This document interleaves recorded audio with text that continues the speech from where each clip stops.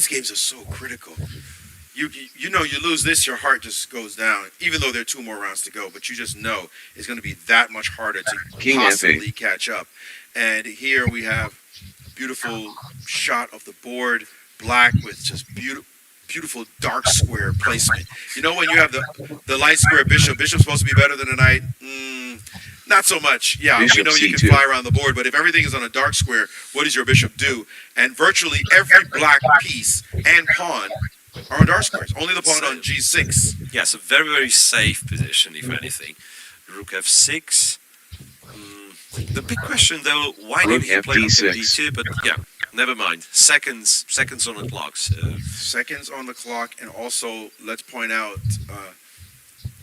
that it is, well, he was the one who was down in time, but now it looks like he's just going to make his opponent suffer for a while. This is where you can just tag on a couple of moves if it's possible. Just make some moves, Rook E3. Get more time on the clock, and see what happens next. Okay, bishop to C2. Rook D2. What would be the ideal setup for Black? Do we go G5, by the way? Because the fact that the G pawn being targeted annoys me. There's a way to take on it. Yeah. Bishop E4. Somebody's shadow is in the way. It looked like there was only 2 seconds left. I guess it's Bishop Praggnanandhaa's F3. shadow that's covering the clock there. So we had 12 Knight seconds C3. there, and they are just trying to figure out how to make progress for black and balance the position and not blunder for white. It has not been easy at all. And now the move rook to D2, attacking the bishop. And then he'll return to F6. King G1. Wait, the bishop doesn't Rook have takes that many F2. squares, I just realized. Oh, he's played bishop to E4. What a scary move to play Hang on a in second. this position. There's a check on F3. Daniel doesn't blunder like this usually. Rook Knight F6, C5. bishop back to F3. The bishop has now found a different diagonal, and now the knight has entered the game. Rook takes threatening B6. the F2 square. You Yeah. can't be happy with that And one. the worst is that this loses to Rook F2. So you exchange one rook, but the other rook captures on F2. That is a big time result. By the Whoa. way, board 2 did end in a draw between Nepo and Yu Yang Yi, as we predicted. But this game is huge, as the F pawn has fallen. It is now off the board, and King black takes F2. has to be completely, you would think, completely winning here. Both sides still with seconds to go. Knight C3. Bishop E2, Knight C5, so just one more pawn, it seems. Wait a second, Rook takes B6. Daniel is very resourceful. Right, Look. what? Oh, if Rook takes E2, he has check. Oh my goodness! Yeah, this doesn't win because of check. Well, it does win, but for white, right? There was also Rook B8. There was also Rook B8, I'm guessing. So he did Bishop get a D3. pawn there, and you don't just win the A pawn because of Rook to A. No, Rook to Knight A4, Rook C5, C5. I'm guessing. E5, but Knight C3 hitting the bishop. Knight C3. And now he keeps the A Rook pawn. E5 is terrible. And maybe go here? No, he played it. Rook E5 is on the board, and Rook Knight C3 happened. E5. Rook E5, Knight C3. But Yes, because you can't take you can't take Knight the pawn D1 because check. of B2. B2, and then you get into Rook a king E5 and pawn and ending then that should you be lost. exchange it. But he's Knight well, what is he B2. supposed to do? He played bishop to D3.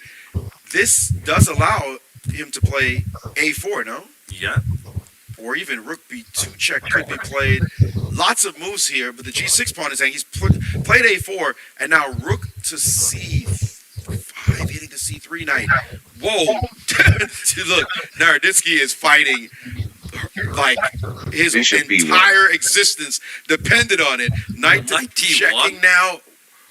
Wow. Wait a second, Knight D1 is not where you want your knight to be. And B2, B2. even more unusual a placement for a knight, but apparently very good right now for Usually the black Pragg. pieces.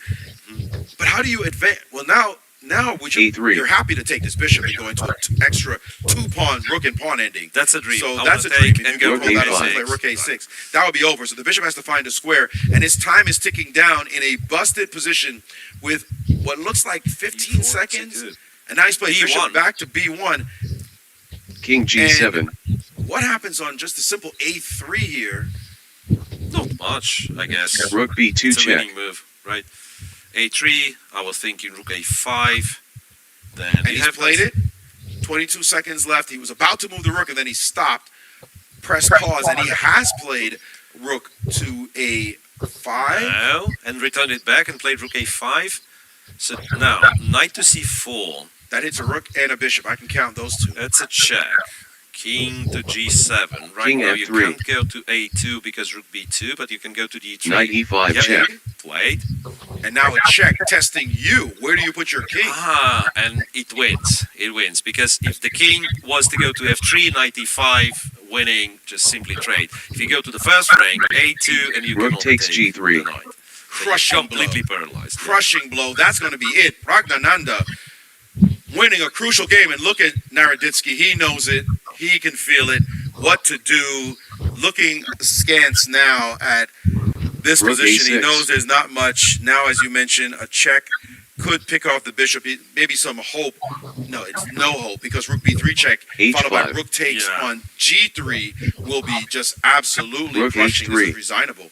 He takes the bishop, plays check, and give me that, and now give me the check, and I'll just cash in yet another pawn, and you're not surviving 4 against 1. This one is completely over. King e5. Devastating blow to a former leader in this tournament, but nothing you can do. Right. I'm honestly a bit surprised why Tanya continues to play, but yeah. I mean, you can King only imagine H6. the heartache he's feeling right now. Hopefully, King E6. somehow, maybe a miracle happens to save this game. Black still A2. has to figure the position out, but that last move, he's going to put his rook on g4 now and pick off the pawn, offer a trade, or pick off the pawn on h4. He doesn't even care about his a pawn anymore. King g5 King will be f7. met by rook g3 and rook g4. Those are the next two moves to be played. He just played king to e5. King to e5, yeah. Rook That takes doesn't quite a2. stop the move rook g3, does it? No, it doesn't. You can go king H4. h6 as well. Yep. Just like, okay, I don't need this one, I don't need this one. As long as I win h4 and have two connected pass pawns, you can think of it like that. King e6. And now he said, let me just push this bad boy.